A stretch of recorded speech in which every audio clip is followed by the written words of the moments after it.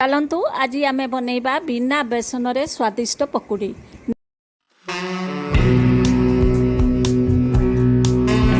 एठी मु नेइछि गोटे कप चूड़ा। चूड़ा को प्रथमे आमे धोईदबा। चूड़ारे बाली अंश थिबो ताको ए भली पानी रे भल भाबरे टिके मु धोई नउछि। तार अपरिष्कार गुडी को एबे मु काढी देबी। आपरे पानी रु मु चूड़ा को हाथ रे चिपुडी ताको गोटे प्लेट रे रखिबी। ए भलिया मु रखिछि।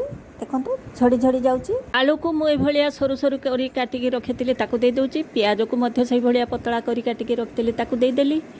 एबे दुईटी लंका को मुझे छोट छोट कर काटिकी रखी ताकू देदेली। अदा को मध्य से भाया छोट छोट पीस कर काटिकी दे दूची। एबे भुरसुआ पत्र को देदेली। गोटे चामच हलदी, गोटे चामच लंका गुंड, गोटे चामच लुण, गोटे चामच जीरा एवं ताकू हाथ रे भलिया मु ताको प्रेस करी। आवश्यक अनुसार मु अल्प टिके पानी देली।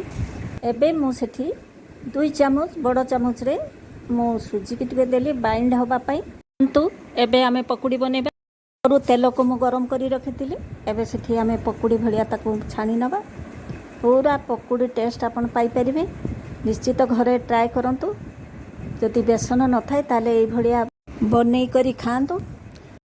आमर ए रेसिपीटी आपन को केमिति लागिला निश्चित लाइक करी देबे, सांग मान को पाकु शेयर करिवे और मो चैनल को नुआ करी आस्तिले सब्सक्राइब करने को भूलिबेनी। पाखरे थिबा बेल आइकन को मध्य क्लिक करिवे। नोटिफिकेशन जरिया रे प्रथम रेसिपी आपण को मान को पाकु पहुंची जिवो। आ मोर फेसबुक पेज को जाई मध्य फॉलो करि परिवे। एबे हमर पकुड़ी तैयार हो जाइछि। एबे आमे ताकु टिके चेक करबा। देखंतु केते जदि आपण भाबुथांती आजिकार सकाळ जलखिया कौन बनैबी ताहले थरे एई भलिया ट्राई करी देखंतु। देखंतु केते क्रिस्पी हेची।